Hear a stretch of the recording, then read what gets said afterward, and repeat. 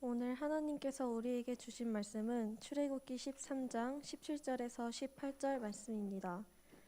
제가 가진 구약 성경으로는 101, 102페이지에 있습니다.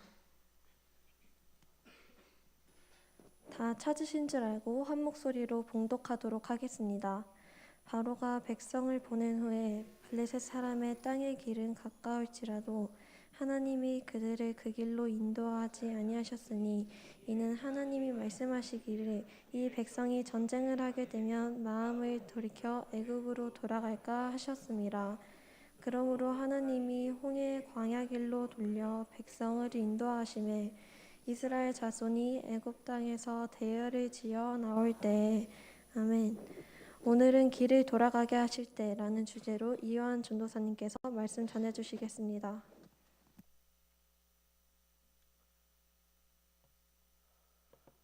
네, 우리 옆 사람과 함께 인사하며 나아갔으면 좋겠습니다. 환절기 감기 조심하세요. 인사하겠습니다.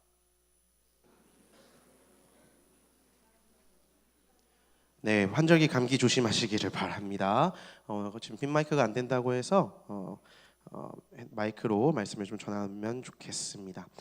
여러분, 바둑 잘 아세요? 바둑을 난 둬본 적이 있다 혹시 있으십니까? 생각보다 많네요.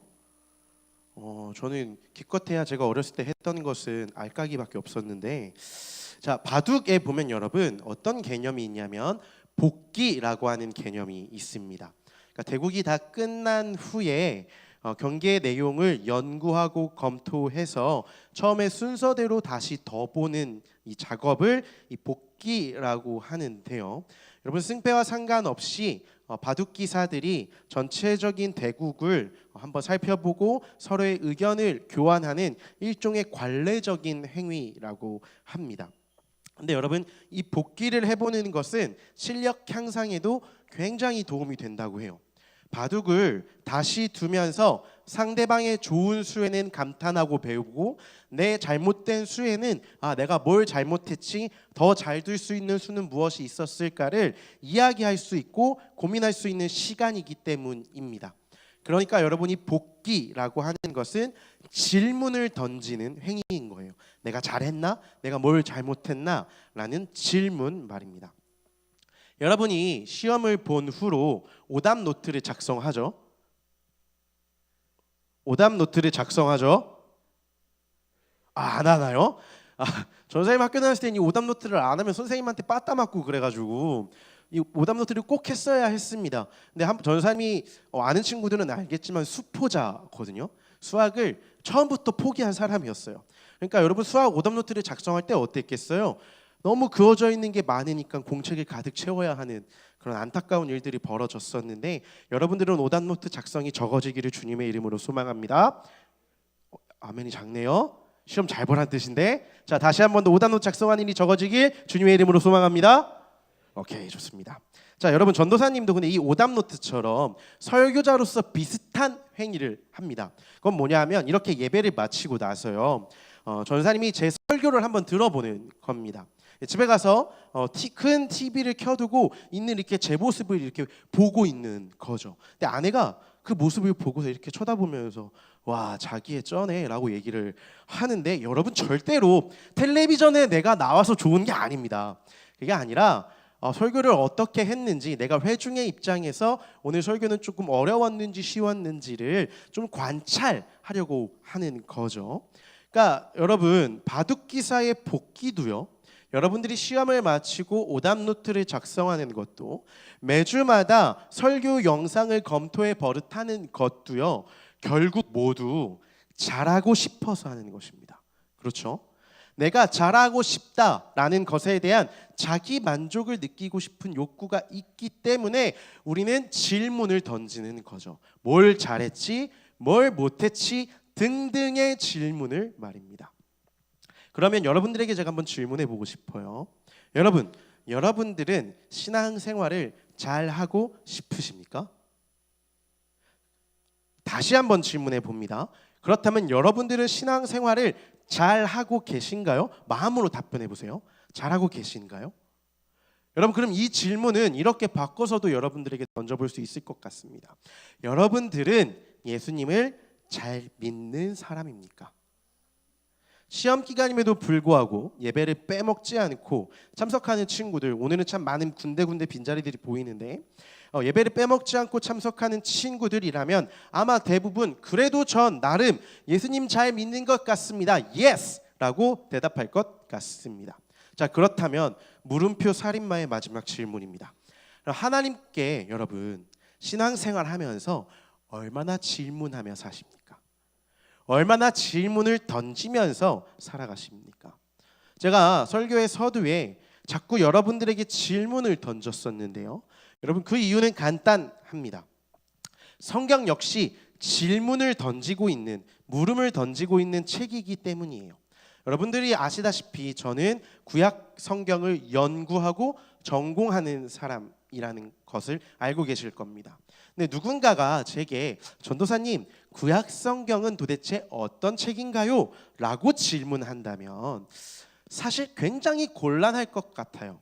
왜냐하면 여러분, 구약 성경은요, 어쩌면 일관적인 목소리를 내는 책이 아니라 굉장히 다양한 목소리들이 곳곳에 자리하고 있는 책이기 때문입니다. 그래서 때로는 구약 성경을 읽으면 이것이 일관적이지 않은 것처럼 느껴질 때도 있어요. 그 예시를 여러분에게 이따 들려드릴 텐데요. 제가 그럼에도 불구하고 여러분들에게 이 구약 성경의 정의를 조심스럽게 내려본다면 저는 이렇게 얘기하고 싶습니다. 구약은 하나님을 향한 이스라엘 민족의 질문이 구체화되는 과정입니다. 구약 성경은요, 여러분, 하나님을 향한 이스라엘 민족의 질문들이 구체화되는 과정이 기록되어져 있는 책입니다. 여러분, 구약 성경을 읽어보면요, 이스라엘 민족들이 얼마나 많은 부침과 괴로움들을 겪었는지를 볼 수 있습니다. 우리가 지난주에도 나눴다시피 하나님께서는 그들의 수가 적었기 때문에 선택하셨다고 하셨지만 동시에 다른 민족들에게 이스라엘 민족은 그들의 수가 적었기 때문에 제일 만만했다라는 거예요. 인구수가 곧 경제이고 권력이며 힘이 되던 당시에 이 이스라엘 민족들은 만만한 상대였던 겁니다. 그러다 보니 구약 성경은 동네북이 되어 있는 이 이스라엘 민족들의 모습을 담은 책이기도 합니다. 그러니까 노예였던 이스라엘, 시비당했던 이스라엘, 이쪽 저쪽에서 구타당하고 뚝 감았던 이스라엘, 겁나 맞다가 멸망당한 이스라엘, 포로로 끌려갔던 수치를 당했던 이스라엘 등등의 이런 모습들이 구약 성경에 기록되어 있다는 거예요. 이런 여러분 어려움들을 겪는 상황 속에서 구약 성경은 끊임없이 또 하나의 이야기를 합니다. 이렇게 부침과 괴로움과 어려움들을 당했는데 하나님이 이 이스라엘 민족을 너무 사랑하셔서 편애하시고 또 특별히 선택하셨다고 말한다라는 거예요. 여러분, 이 서로 상반되는, 제가 아까 말했어요, 일관적이지 않은 이야기들이 있다고요. 더 직설적으로 표현하자면 모순점이 있는 것 같은 이야기들이 구약 성경 속에 기록되어 있다는 것은 오늘날 독자인 우리에게 조금 납득하기 어려운 이야기일 수 있습니다. 하지만 동시에 서로 상반된 내용이 이 책 안에 있다라는 것은 달리 말하자면 구약 성경의 저자이자 화자였던 이스라엘 민족들이 자신들에게 벌어졌던 상황들을 놓고 자신들에게 벌어졌던 문제와 괴로움과 부침들을 놓고 이스라엘 민족들이 하나님께 씨름하고 질문했던 것들을 기록한 것이라고 볼 수도 있다라는 거예요. 여러분, 여러 가지 이 상반된 의견들이 이스라엘 민족의 씨름의 결과물이라는 거죠. 그런 의미에서요, 여러분, 그런 의미에서 제가 생각했을 때 구약 성경의 저자들은 대체로 T였을 것 같습니다. 여러분, 하나님에 대한 납득과 이해가 필요했던 이성적인 사람들이 구약 성경을 기록한 저자들이었을 것 같다라는 거예요. 그래서 그들의 질문은 어떤 것이었느냐? 이런 것이었습니다. 왜 우리가 멸망당해야 했지? 왜 우리가 이쪽 저쪽에 동네북이 되어야 했지? 왜 우리가 이렇게 힘들게 살아야만 했지? 등등. 왜 내가 광야에서 40년 동안 뺑뺑이를 돌면서 살았어야 했나? 라는 질문들을 던졌다라는 거예요. 스스로를 향해, 하나님을 향해 말입니다. 하나님, 왜 우리가 이렇게 어려움을 겪어야 합니까? 라는 질문들이 이스라엘 민족들의 질문이었다라는 거예요. 저는요, 여러분, 우리가 오늘 본문도 이와 같은 맥락에서 좀 이해하면 좋을 것 같습니다. 17절의 초입은 이렇게 시작합니다. 바로가 백성을 보낸 후에. 무슨 뜻이냐면, 여러분, 우리가 지난주에 보았던 것처럼 바로가 이스라엘 민족들에게 막 노역을 부과했지 않습니까? 근데 그 주체가 하나님이 보내신 이 10가지 재앙에 굴복해서 이스라엘 민족들을 놓아주었다라는 것입니다. 그들을 보냈다라는 거예요. 다시 말하자면 오늘 본문은 이스라엘 민족들의 승리, 하나님으로부터 인해 비롯된 드라마틱한 승리의 결과물을 취한 직후의 이야기가 기록되고 있다라는 거예요. 승리했다라는 거죠. 여러분, 한번 상상해 봅시다. 우리가 고생을 해서 한라산을 등반했다고 한번 해봅시다. 한라산 가본 적 있어요? 백록담 가보신 적 있나요? 혹시 손 들어볼래요? 아무도 없군요. 저도 등산을 진짜 싫어하는데 있네요. 미안해요. 저는 등산 진짜 싫어하는데 고등학교 3학년 수학여행 한라산 등반이 있었어요. 눈이 어마어마하게 내리는데 저 산에 타고 올라가라고 하는데 진짜 죽을 뻔했습니다. 근데 어쨌든 여러분 한라산에 등반했어요. 높지 않습니다. 우리나라에서 제일 높은 산이잖아요. 그리고서 저 백록담을 내 한눈에 담게 되었다고 한번 가정해 봅시다. 그럴 때 여러분 우리는 어떤 감정으로 충만하죠? 원래 한라산 가본 소민이 등반했어? 끝까지 갔어요? 어땠어요? 넌 T야? 너 T지, 맞아.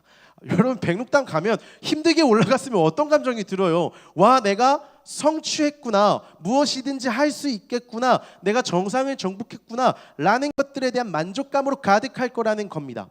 그리고 아마 이러한 상상들을 하게 될 거예요. 난 이제 아무것도 두렵지 않아.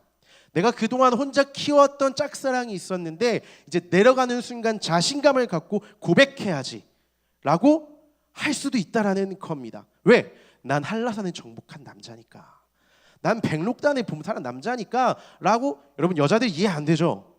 남자들이 이렇습니다. 여러분, 한라산의 정기가 나를 휘감고 있기 때문에 내가 고백하면 저 여자가 나한테 넘어올 거라고 남자들은 생각해요. 그러니까 여러분, 남자 잘 만나시기를 주님의 이름으로 소망합니다. 어쨌든 그런데 여러분, 난 한라산은 정복한 남자니까 내가 고백하면 우리 모두 오래오래 살았답니다 라는 동화 같은 마음들을 이 사람들이 갖게 될 수도 있다라는 거예요. 사실 근데 여러분, 내가 한라산에 등반한 건 저 여자가 나를 좋아하는 것과 관계가 있어요? 없어요. 그치 소희야? 관계가 없단 말이에요. 여러분, 그런데 이러한 고향감에 휩싸일 수 있는 게 사실은 인간적인 거지 않습니까? 굉장히 인간다운 거잖아요. 우리들도 그렇잖아요. 솔직히 여러분, 남자분들 고기 들어봐요.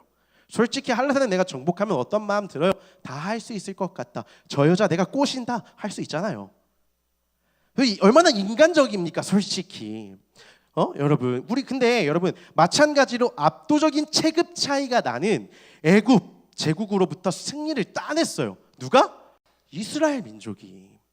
여러분, 금방이라도 여러분 하나님의 그 놀라운 기적들을 그들이 경험했기 때문에 그들은 앞으로 펼쳐질 꽃길만 생각했을 것입니다. 금방이라도 하나님께서 약속하셨던 젖과 꿀이 흐르는 땅, 그 가나안으로 자유민의 신분을 만끽하며 누릴 수 있는 그 행복에 도달할 것이라고 이 사람들은 확신했을 거라는 겁니다. 애굽에서 가나안까지 도달할 수 있는 가장 빠른 길로 가기만 하면 난 행복을 누릴 수 있을 거야, 나에겐 앞으로 꽃길만 펼쳐질 거야 라고 이 사람들은 기대했을 거라고요. 오늘 본문 17절은 그 길을 뭐라고 표현하냐면 이렇다고 표현합니다. 블레셋 사람의 땅의 길이라고 말입니다.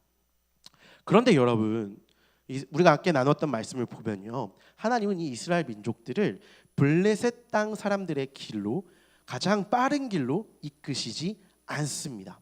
그 이유는 길에 거주하는 블레셋 사람들이 상당히 호전적인 인물이었기 때문인데요.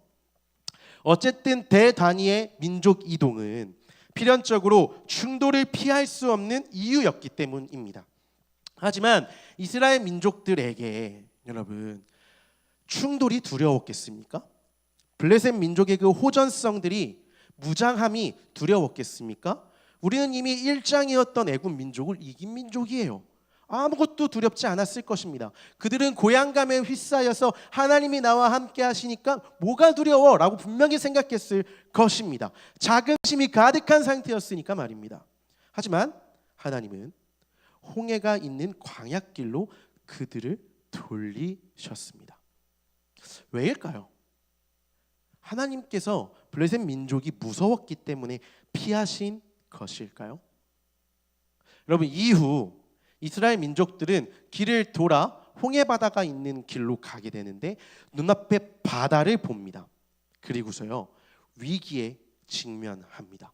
바다를 앞둔 상태에서 자신들에게 10가지 재앙으로 뚜까 맞았던 애굽 민족들이 복수심의 칼날을 갈고 군대를 끌고 오기 시작한 겁니다. 살기 등등한 그들의 모습들을 보면서 그들은 위기에 직면하는 거죠. 돌아가긴 했지만, 하나님께서 길을 돌아가기는 했지만 그때만 하더라도 하나님의 계획이 있었겠지라고 이 사람들은 생각했을 거예요. 왜? 그때까지만 해도 하나님의 선하심을 믿었을 테니까요. 그런데 뒤에 애굽의 군대들이 쫓아오고 아픈 낭떠러지와 같은 바다가 보일 때 이스라엘 민족들은 패닉에 빠집니다. 출애굽기 14장 11절과 11절은 이 공황 상태에 빠진 이스라엘 민족들을 잘 보여주는데요. 우리 함께 읽어봤으면 좋겠습니다. 다 같이 읽습니다. 시작. 그들이 또 모세에게 이르되 애굽에 매장지가 없어서 당신이 우리를 이끌어내어 이 광야에서 죽게 하느냐? 어찌하여 당신이 우리를 애굽에서 이끌어내어 우리에게 이같이 하느냐? 애굽 사람을 섬기는 것이 광야에서 죽는 것보다 낫겠노라. 아멘.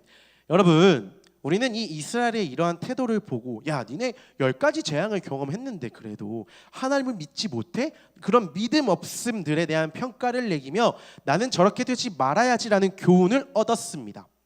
그런데 하지만 여러분 생각해 봅시다. 고향감에 가득 차 꽃길을 기대하던 이스라엘 민족들 입장에서 한라산을 등반한 후 고백하면 오늘부터 우리는 1일이 될 거라고 기대했던 우리가 얼마나 차이가 있겠습니까? 별 차이가 있지 않다라는 거예요. 이들의 반응은 지극히 상식적인 반응이었습니다. 굳이 쉽고 편한 길이 있었는데 그걸 내버려 두고 어려운 길을 고집해서 왜 하나님 우리를 개죽음 당하게 하십니까? 라는 원성은 지극히 당연한 탄원이며 탄식이라는 거예요. 이러한 절망과 당혹스러움 속에서 이스라엘 민족의 질문은 피어났던 것입니다. 왜 우리가 길을 돌아가야만 했을까? 왜 하필 우리가 가야만 하는 경로에 광야가 있었어야만 했을까? 왜 우리의 목적지가 피할 곳 없는 바다 앞이어야 했을까? 사랑하는 여러분, 전 여러분들이 꼭 기억하시기를 바라는데요. 우리가 신앙인으로서 성숙해가는 과정은요, 여러분 기억하십시오. 질문에서부터 시작되는 것입니다. 우리가 신앙인으로서 성숙해지는 과정은 질문을 던지는 행위에서부터 시작된다는 것을 기억하셔야 합니다. 물론 우리 사회는요, 질문을 던지는 것을 불편하게 여깁니다. 신앙에 관련된 부분들을 놓고도 질문을 던지는 것을 불순하다고 여기는 분위기가 교회 내에도 꽤 많이 있어요. 믿음 없는 것으로 여기고 네 신앙이 부족해서 그런 거야 라는 말들을 들을 수도 있기 때문입니다. 그러나 여러분 기억하십시오. 눈앞에 펼쳐진 상황, 순간들을 놓고서요, 하나님께 질문한다라는 행위는 필연적으로 질문하고 있는 그 상황을 내가 신앙적으로 해석해 보겠다는 의지로 이어진다는 것을 기억하셔야 합니다.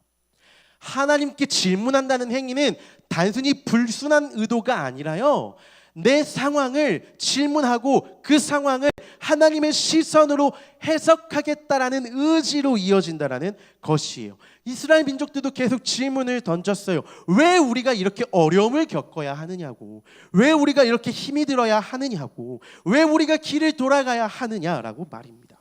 근데 그러나 질문을 던짐과 동시에 이스라엘 민족들은 해석했습니다. 돌아가야만 했던 이유를 찾은 거예요. 어떻게요? 우리가 반복되는 전쟁으로 인해서 애굽으로 돌아가고 싶다는 생각을 하게 될까 봐 하나님은 우리를 광야로 이끄셨다라고 말입니다. 여러분, 말씀을 맺으려고 하는데요, 많은 학자들은 이스라엘 민족의 탈출 경로가 홍해 바다였다는 이유에 대해서 여러 가지에 대한 해석들을 내놓습니다. 왜 홍해 바다였을까 질문하고 해석을 내나요? 어떤 이는요, 이스라엘 민족들을 너무나도 잘 아시는 하나님께서 그들이 멘탈이 너무 약하니까 마라맛 전쟁을 경험했을 때 멘탈이 바사삭 될 것을 아셨기 때문이라고, 그것을 막으시려고 했기 때문이라고 해석하는 경우도 더러 있습니다. 또 어떤 이는요, 홍해 바다에서 애굽의 군대가 수장당하잖아요. 다 갈라지고 난 이후에 그 수장시키는 위대한 하나님의 승리, 하나님의 영광을 드러내시기 위해서 하나님께서 이들의 길을 돌아가게 하셨다라고 말하기도 합니다. 그런데 분명한 것은요, 여러분, 길을 돌아가게 하시는 것엔 하나님의 의도가 있었다라는 거예요. 의도가 보이지 않지만 하나님께 질문을 던져야만 하는 상황에 직면하지만 그 모든 상황마다 하나님의 계획과 하나님의 의도하심이 있었다라는 것입니다. 그 의도를 파악하기 위해 이스라엘 민족들은 질문했던 것이며 나름의 답변을 찾았어요. 그것이 구약 성경인 거죠. 이스라엘 민족들은 그들의 눈앞에 펼쳐져 있는 수많은 상황들, 괴로움들, 부침들, 힘듦들을 하나님의 시선으로 해석하는 데 성공했습니다. 우리가 범죄했기 때문이라는 해석을 하기도 했고요, 하나님께서 우리를 당신의 백성으로서 아름답게 연단시키기 위하여 단련하심으로써 점금처럼 이끄시기 위하여 하나님께서 우리에게 이러한 역경들을 허락하셨다라고 말입니다. 그렇다면 여러분, 그리스도인인 우리에게 성경이 인생의 나침반이라면 우리 역시 성경을 통하여 하나님의 일하심을 이해하고 해석할 수 있는 힘을 길러내는 것이 마찬가지로 너무 중요하지 않겠습니까?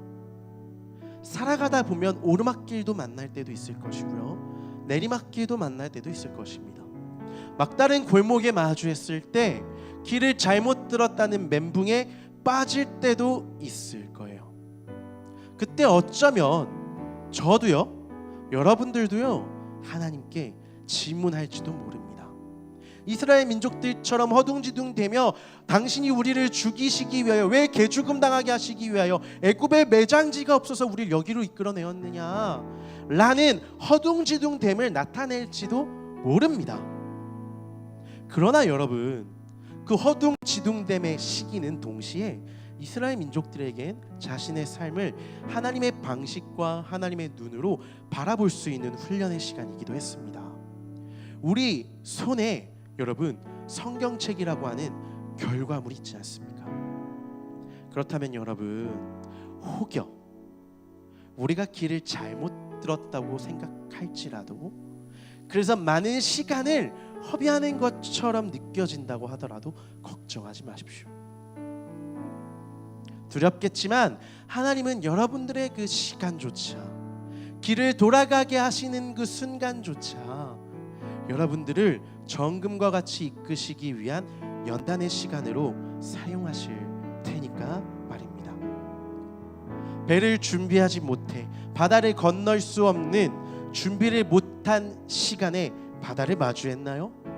아무런 준비가 되어 있지 않은 것 같아서 그런 나의 모습 때문에 그런 모습들 때문에 하나님께, 하나님 저 어떡하죠? 라고 혹시 질문하고 계신다면, 여러분, 저는 그 준비되지 않은 나의 모습이 하나님께서 바다를 가르시는 예비 동작일 것이라고 믿으며, 하나님께서는 여러분들을 바다 위로 걷게 만드시기 위한 최적의 준비 상태를 갖고 계시리라고 믿습니다. 돌아가는 것을, 잘못 간 것을, 또 때론 유턴해야 하는 것을 여러분 두려워하지 마십시오. 떨지 마십시오. 여러분의 인생에 하나님의 구름 기둥이, 하나님의 불 기둥이 알뜰하게 살뜰하게 보살피시며 여러분들의 길들을 인도하실 겁니다. 내 인생의 길이 조금 구불구불할지라도 우리와 함께 하신 그 주님을 의지하며 나아가는 우리 고등학교 학생 여러분들 되시기를, 우리 고등부 친구들 되시기를 정말 주님의 이름으로 소망합니다. 여러분, 우리 지금 함께 찬양하며 나아가기를 소망하는데요, 주가 보이신 생명의 길이라는 찬양입니다. 사실 저는 그동안 이 찬양을 그렇게 좋아하지 않았습니다.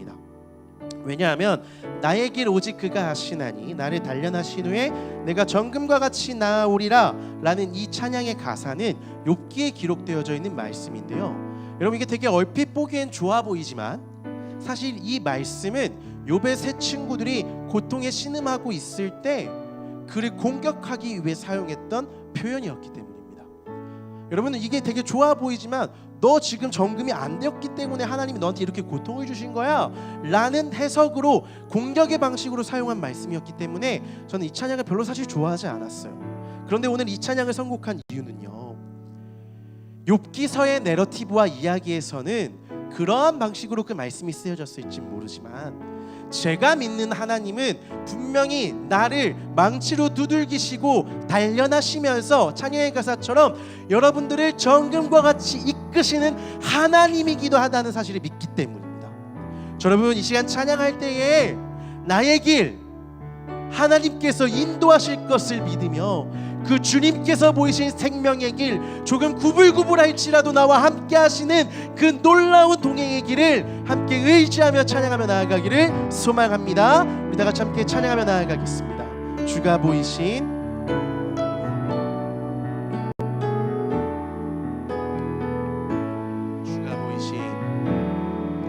주가 보이신 생명의 길, 나 주님과 함께 상한 마음을 들이며 주님 앞에 나가리.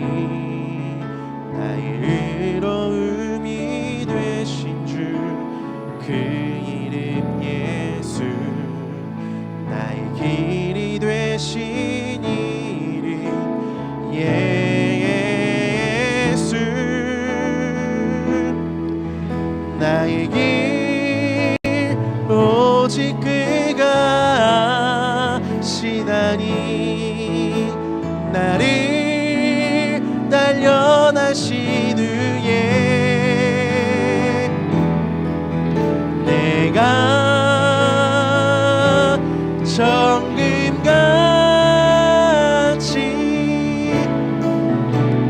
나오리. 우리 다시 한번 고백해 볼까요? 주가 보이신 생명의 길, 나 주님과 상한 마음을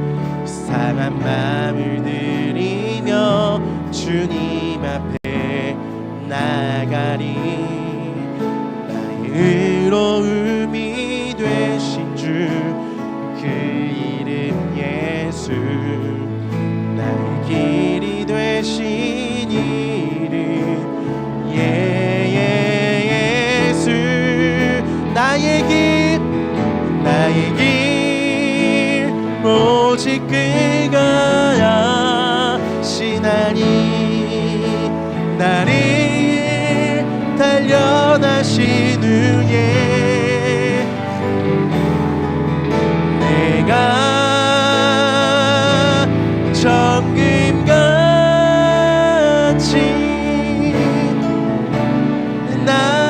우리 마지막으로 고백합니다. 나의 길 오직 그가 하시나니 나의 길 오직 그가 여러분을 단련하실 것입니다. 너를 단련하신 후에 내가 가장 귀한 정금처럼 내가 정금같이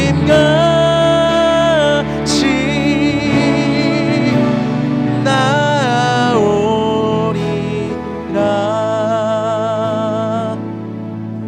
여러분 이 시간 함께 기도하며 나아가기를 소망합니다. 두 눈을 감고 손을 한번 모아봅시다.